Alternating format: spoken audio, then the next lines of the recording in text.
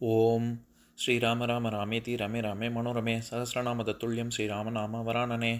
உலகம் யாவையும் தாமுழா வாக்கலும் நிலைபெறுத்தலும் நீக்கலும் நீங்களா அழகிலா விளையாட்டுடையார் அவர் தலைவர் அன்னவர் கேசரன் நாங்களே. எத்திர எத்திர ரகுநாத கீர்த்தனம் தத்திர தத்திர கிருத்தமாஸ்தகாஞ்சலிம் வாஷ்பவாரி பரிபூர்ணலோச்சனம் மாருதிம் நமது ராட்சசாந்தகம். அஞ்சிலே ஒன்று பெற்றான் அஞ்சிலே ஒன்றை தாவி அஞ்சிலே ஒன்று ஆறாக ஆரியர்க்காக ஏகி அஞ்சிலே ஒன்று பெற்ற அணங்கை கண்டு அயலாரூரில் அஞ்சிலே ஒன்றை வைத்தான் அவன் எம்மை அழித்துக் காப்பான். இன்னைக்கு நம்ம கம்பராமாயணத்துல பாலகாண்டத்துல மிதிலை காட்சி படலத்துல 98வது பாடல் பார்க்க போறோம். கொடுத்திலன் யானே மற்ற இக்குடைகழு வேந்தன் தானே பிடித்து அகல்வுற்றது என்ன பெருஞ்சினம் கதுவும் நெஞ்சோடு இடித்து எழு முரச வேந்தன் சேனையை யானே இன்று முடிக்குவென் காண்டி என்ன மொய்மயிர் சிலிர்த்ததன்றே. இதுதான் பாட்டு. இப்ப நம்ம பதம் பிரிச்சு பொருள் பார்க்கலாம். யானே கொடுத்திலன், உனது உடன்பாடு இல்லாமல் உன்னை நானே கௌசிகனுக்கு கொடுக்கவில்லை. இக்குடை கெழு, வெற்றி குடையை உடைய வேந்தன் தானே, அவ்வரசனே உன்னை பிடித்து அகல்வுற்றது, பிடித்து கொண்டு போகத் தொடங்கிய செயல் இது என்ன என்று முனிவன் விடை கூற, அது கேட்டு பெருஞ்சினம் அப்பசு பெருங்கோபம் கதுவும் நெஞ்சோடு கொண்ட மனத்தோடு இடித்து எழும் முரசம், இடியை ஒத்து எழுகிற ஓசையுடைய முரசங்களை வேந்தன் சேனையை கொண்ட இவ்வரசனது படைகளை யானே என்று முடிக்குவேன், நானே என்று அழித்து விடுவேன், காண்டி என்னா அதை காண்பாயாக என்று சபதமிட்டு அன்றே மொய்மயிர் சிலிர்த்தது, அப்பொழுதே அடர்ந்த தன் உடம்பின் மயிர்களை சிலிர்த்தது. இப்ப நம்ம இந்த பாட்டுல இருக்கக்கூடிய நயங்களை பார்க்கலாம். அதாவது அறுத்துக்கொண்டு கயிறை அறுத்துக்கொண்டு சுரபி வசிஷ்டர் கிட்டக்க வந்து நீங்க கொடுத்துட்டீங்களா என்னைய இந்த விஸ்வாமித்திரர் கிட்டக்க அப்படின்னு சொல்லி கேட்ட உடனே அவர் சொல்றாரு, இல்ல நான் கொடுக்கல, நானா கொடுக்கல, அவனாகவே உன்னை கூட்டிக் கொண்டு செல்கிறான் அப்படின்னு. ஏன்னா வேந்தன் உன்னை அகல்வுற்றான் அப்படின்னு சொல்றாரு. இந்த இடத்துல அகல்வுற்றது அப்படிங்கிறது தொழிற்பெயர். நான் ஏற்கனவே சொல்லியிருக்கேன், தொழிற்பெயர் வினையால் அணையும் பெயர் அப்படின்னு 2 விதமான பெயர் சொற்கள் வரும்.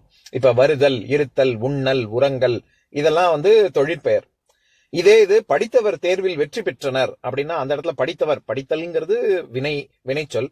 படித்தவர் அப்படின்னா யாரு படிச்சாங்களோ அவங்கள குறிக்குது இல்ல, அது வினையால் அணையும் பெயர். அந்த வினையால் அணையும் பெயர் 3 இடப்பெயர்கள்லயும் வரும். தன்மை பொருள்லயும், தன்மையிலயும் வரும், முன்னிலையிலயும் வரும், படற்கையிலயும் வரும். உதாரணத்துக்கு உண்டேனை அப்படின்னா உண்ட எண்ணெய் அப்படின்னு அர்த்தம். உண்டாய்க்கு அப்படின்னா உண்ட உனக்கு அப்படின்னு அர்த்தம். உண்டானை அப்படின்னா உண்ட அவனை அப்படின்னு படற்கை இடப்பெயராக வரும். இந்த மாதிரி 3 விதத்துல வரும். ஆனா தொழிற்பெயருங்கிறது எப்பவுமே படற்கை பொருள்ல தான் வரும். வருகை நன்று, மறதி தீது, இந்த இடத்துல வருகை, மறதி இதெல்லாம் தொழிற்பெயர். இது எல்லாமே படற்கை பொருள்ல தான் வருது. ஏன் இந்த வித்தியாசம், இந்த முன்னிலை, தன்மை, முன்னிலை, படற்கை, இந்த வித்தியாசம் ஏன் நமக்கு தெரியணும் அப்படின்னா, இந்த இடத்துல என்ன மாதிரி அவர் சொல்றாரு, இக்குடைகெழு வேந்தன் தானே பிடித்து அகல்வுற்றது அப்படின்னு. இந்த மாதிரியாக அவன் தானாகவே விஸ்வாமித்திரன் உன்னை பிடித்து இழுத்து கொண்டு போகக்கூடிய செயலானது அப்படின்னு படற்கை பொருள் இடப்பெயர்ல வருது. ஏன்னா இங்க சம்பாஷணை யார் 2 பேருக்கு நடுவுல நடக்குது, சுரபிக்கும் வசிஷ்டருக்கும் நடுவுல நடக்குது. அதனால அகல்வுற்றது அப்படின்னு தள்ளி இருக்கக்கூடிய விஸ்வாமித்திரரை நோக்கி சொல்றாரு. இதுல நானாவே கொடுக்கல, தானாகவே அவன் உன்னை கூட்டிக் கொண்டு செல்கிறான் அப்படிங்கிறது இன்னொரு விதமாவும் நம்ம பொருள் பார்க்க முடியும். ஏன்னா நம்ம 575வது பாடல்ல ஏற்கனவே எப்படி வந்தது, கம்பர் என்ன சொன்னாரு, வர்க்கலை உடையன் யானோ வழங்கலன் வருவதாகின் கொற்கொள்வேல் உழவ நீயே கொண்டு அகல்க என்று கூற அப்படின்னு தானே அந்த பாட்டுல வந்தது. அப்போ வருவதாகின் அப்படின்னா என்ன அர்த்தம், சுரபி தானாகவே வருவதாக இருந்தால் நீ கூட்டிக் கொண்டு செல்லலாம் அப்படின்னு சொல்லியிருப்பாரு. அதனாலதான் இங்க இந்த பாடல்ல வசிஷ்டர் சொல்றாரு, இந்த மாதிரி நானா இது பண்ணல, உன்னைய அனுப்பல, அவராகவே உன்னை கூட்டிக் கொண்டு செல்கிறார் அப்படின்னு. இதுல கதுவுதல், பெருஞ்சினம் கதுவும் நெஞ்சோடு அப்படின்னு வருது இல்ல, அதாவது ரொம்ப அதை கேட்ட உடனே சுரபிக்கு ரொம்ப கோபம் வருது அப்படிங்கிறதுக்கு பெருஞ்சினம் கதுவும் நெஞ்சோடு அப்படின்னு சொல்றாரு. கதுவுதல் அப்படிங்கிறதுக்கு பல பொருள் இருக்கு. பற்றுதல், கலங்குதல், அழித்தல், வாங்குதல், சினத்தல், இந்த மாதிரி பல பொருள் இருக்கு. இந்த இடத்துல நீங்காது பற்றுதல் அப்படிங்கிற பொருள்ல தான் வருது. அதாவது ரொம்ப சினத்தை பற்றி இருக்கக்கூடிய நெஞ்சோடு அது சபதம் எடுத்துக்கொண்டு இந்த மாதிரியான விஸ்வாமித்திரன் நான் உண்டு இல்லைன்னு பண்றேன் அப்படின்னு சொல்லி அப்படியே மொய்மயிர் சிலிர்த்தது. நம்ம ஏற்கனவே பார்த்திருக்கோம் பல பாடல்கள்ல. மொயம்பு அப்படிங்கிறது வலிமையையும் குறிக்கும், அடர்த்தியையும் குறிக்கும். இந்த இடத்துல மொய்மயிர் சிலிர்த்தது அப்படிங்கிறது ரொம்ப அடர்த்தியாக தன்னுடைய உடம்பின் மயிர்களை சிலிர்த்தது அப்படிங்கிற பொருள்ல தான் வருது. இதுல இன்னொரு ஒரு நயம் என்ன இருக்குன்னா, எப்பேற்பட்ட விஸ்வாமித்திரனை நான் ஒரு வழி பண்றேன், காண்டிங்கிறது காண்பாயாக அப்படின்னு கட்டளை பொருள்ல வருது. நீ பார்க்கத்தான் போற அப்படின்னு வசிஷ்டர் கிட்ட ரொம்ப சபதம் எடுத்துக்கொண்டு இப்படி பேசியது. இதுல எப்பேற்பட்ட விஸ்வாமித்திரன் அப்படின்னு சொல்ற இடத்துல கம்பர் என்ன சொல்றாரு, இக்குடைகெழு வேந்தன் தானே பிடித்து அகல்வுற்றது அப்படின்னு. அந்த இடத்துல குடைகெழு அப்படிங்கிறதுக்கு நம்ம என்ன அர்த்தம் பார்த்தோம், வெற்றி குடையை உடைய வேந்தன் அது அப்படின்னு. இப்பேற்பட்ட விஸ்வாமித்திரன் ராஜாவாக இருந்து தோல்வியவே பார்த்ததில்லை, எல்லாமே வெற்றி தான், போற இடம் பூரா வெற்றி.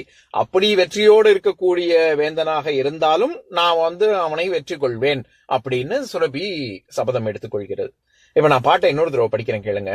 கொடுத்திலன் யானே மற்ற இக்குடைகெழு வேந்தன் தானே பிடித்து அகல்வுற்றது என்ன, பெருஞ்சினம் கதுவும் நெஞ்சோடு இடித்து எழு முரசவேந்தன் சேனையை யானே என்று முடிக்குவேன் காண்டி என்ன மொய்மயிர் சிலிர்த்ததன்றே. இன்னொரு நாள் இன்னொரு பாட்டு பார்க்கலாம்.